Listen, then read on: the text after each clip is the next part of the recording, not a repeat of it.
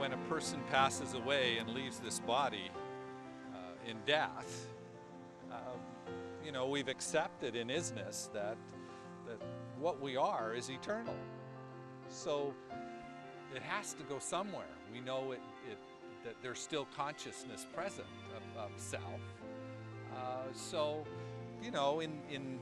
When these issues were contemplated in the past, these two places, heaven and hell, were created.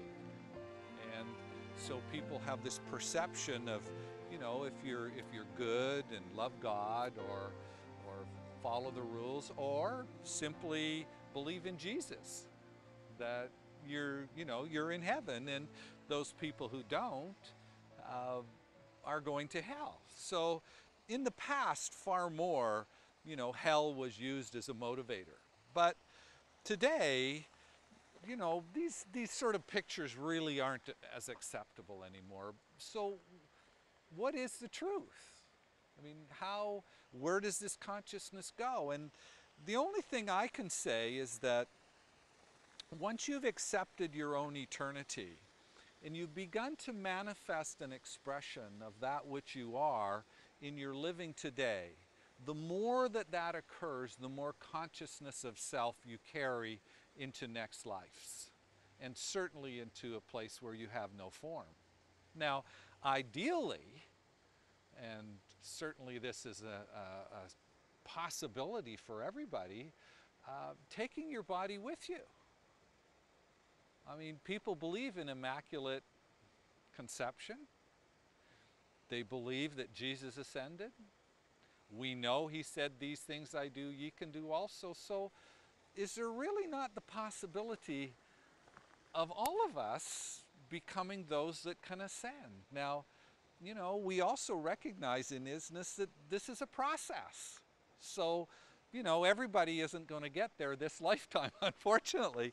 But, for myself, I've come to the point where I really have this sense of increasing vitality and vibration that why isn't that possible?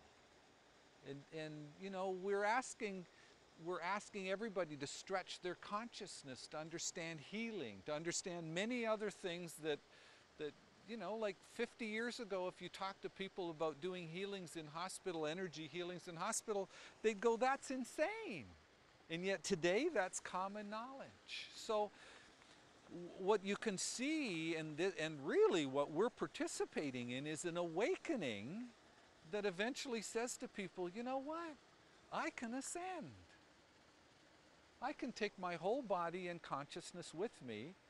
Now, we know that today people are living various frequencies of life.